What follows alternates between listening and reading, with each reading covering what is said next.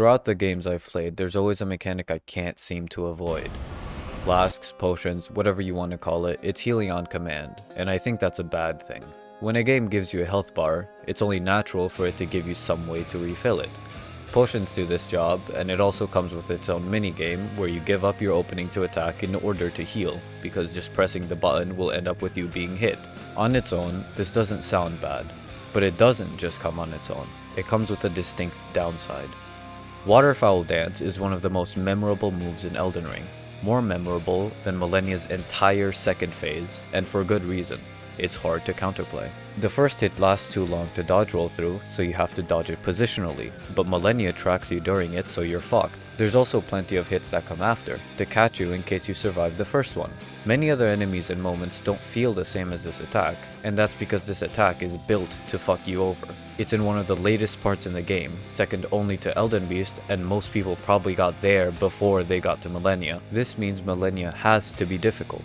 But how do you make things difficult when the player can heal whatever damage they take? You remove their ability to heal. Because damage is a setback and not a threat, the real threat becomes not being able to heal that damage. Waterfowl does exactly that, but it's not unique. This type of thing is everywhere because it's the consequential progression of difficulty when potions are involved. Savage Omega's Tantrum, Gogmazios' Earthshake, you get the idea. When you can heal anything, things stop being scary, and the ones that do feel outright annoying. Is this a fucking cartoon? Difficulty starts to feel linear. You can either tank hits left and right, or you start topping up at every opportunity. So what's the deal? Is there even a problem here? I think while there isn't necessarily a problem, there definitely is a better answer to the question of how does a game implement healing? My favorite set bonus in Monster Hunter is Guardian Arkveld's Vitality, because it heals you when you exploit a wound that you create by attacking the same spot. The problem with this, like many other healing alternatives, is that it fucking sucks. The Guardian Arkveld armor comes with flare level 4 or 5, which is a waste of 9 to 12 skill slots, which could be used to either get more damaging skills or comfort skills. The healing is also outclassed by Speed Eating 3, which opens up your build to literally any other set skill. It's such a good idea. It rewards you for dealing damage, and it's still my favorite set skill even though it sucks. But it's very common for these alternate healing options to suck and be completely outclassed by potions. I mean, did you ever use any of these? You didn't. Alternate healing options are flawed by design, because you're meant to engage with the main healing option, which is uninspiring. I believe games would be significantly more fun with these healing items outright removed or balanced in favor of their wacky alternatives. You might have heard this song before. It's got two parts because of the two phases that Hades has. The Hades games do their healing in a unique way, because it wants to encourage you to memorize attack patterns and turn getting hit into a rarity instead of a common occurrence. But what does that leave for difficulty? Instead of just making the number bigger in phase 2, you get more shit to worry about.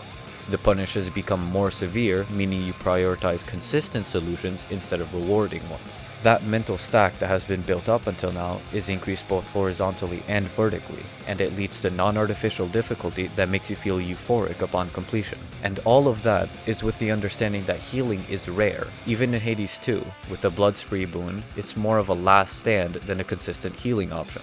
Warm Breeze requires you to build around it, which attaches healing to a different core part of the game, which is great design. Moonwater, Life Tax, and Twilight Curse all require you to save it for the final boss for it to actually do something, and is extremely useful if done so, but fall under the same problems that potions have, while also generally locking you out of more interesting options. Gaining potions here means losing access to sometimes better options, and is treated as one of the many options you have instead of being forced on you. Even in a game with little to no healing otherwise, I still skip this, because although it's good, it doesn't play well with the other core parts of the game, and most of the time, it just isn't fun. The game was designed with this in mind, and keeps it as one of your many options, with your main option being none at all. I understand this is kind of a side blow without addressing the main issue, but it's important I bring up the value in potions as a secondary or supplementing healing option because it brings into mind the general design behind the main combat flow.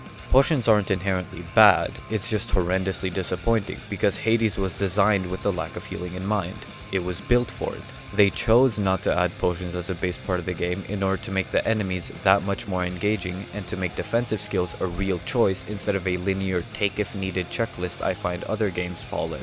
By limiting the player in healing, they actually gifted the player with the freedom of choosing between betting on their skills or pushing for learning opportunities and increasing their odds of getting further. Design-wise, the game and how you play it changes drastically when healing is delicately handled, in a way that is more thought out than letting you chug, which gives birth to the situation where having to chug and not being able to, or having to meet DPS checks becomes the issue. Because if you can play indefinitely due to a skewed in your favor healing system, the one kill combo or the timer become harder to play around than the boss itself. Removing potions would in turn remove these options from the core combat design of the enemies you fight. But potions have always been a part of these games. Could you really remove something that's been there since day one? If they did, it would make the game completely flop. It just wouldn't feel the same, right? So is that it? Are we stuck with the remnants of generations past because people are worried to move past their proven to work formulas? Hold on to that. I want to talk about difficulty first. People love saying they enjoy hard things. People love asking for difficulty and complaining when they think there isn't any. But I think people's perception of difficulty is flawed. Difficulty isn't just the enemies having more health and dealing more damage, and it's especially not the enemies invalidating your main way to heal. Difficulty is adding more to the shit you have to worry about. Difficulty is the boss getting up a third time to make you stop relying on non-rechargeable resources. Difficulty is making you prioritize consistency and mastery over the game's unique combat flow so that you can go on forever. Difficulty isn't making you die easily. It's about drilling euphoria into your skull so hard that high-skilled gameplay comes naturally in a style unique to you. You are tied to potions because it's all you know, but the fun games aren't. The fun games understand that disengaging to heal is downright bad game design. The fun games wouldn't have potions, and one in particular outright removed them, for one simple reason. Tying your healing mechanics to the core gameplay loop is just so fucking fun!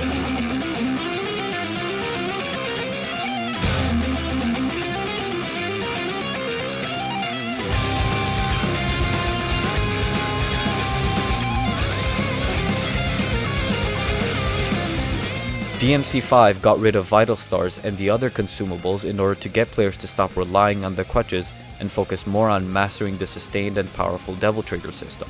Staying away from doing the same moves on repeat builds style, and at higher style you gain more DT.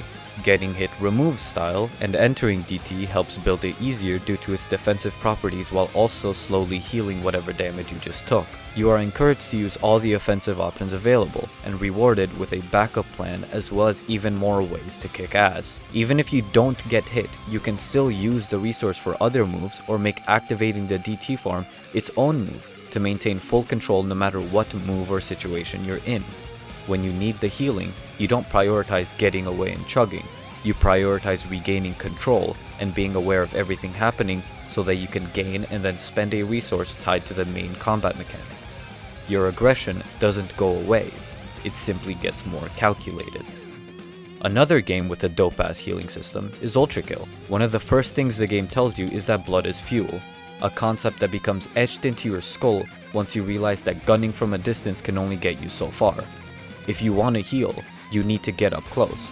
You could just run around with a chainsaw, but you don't. Not because it's bad, but because it's fucking boring.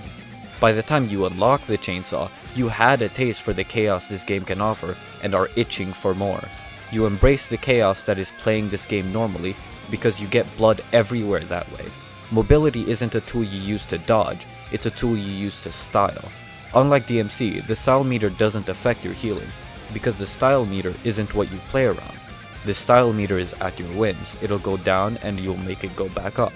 What you play around is chaos. The more havoc you wreak, the more blood is spilled. The chaotic mess of explosions and projectiles making it literally rain health is euphoric and an excellent example of how tying healing into the core gameplay of a game makes it that much more enjoyable. Hell, even Unbeatable, a fucking rhythm game, has a cooler healing mechanic than any Souls-like I've ever played.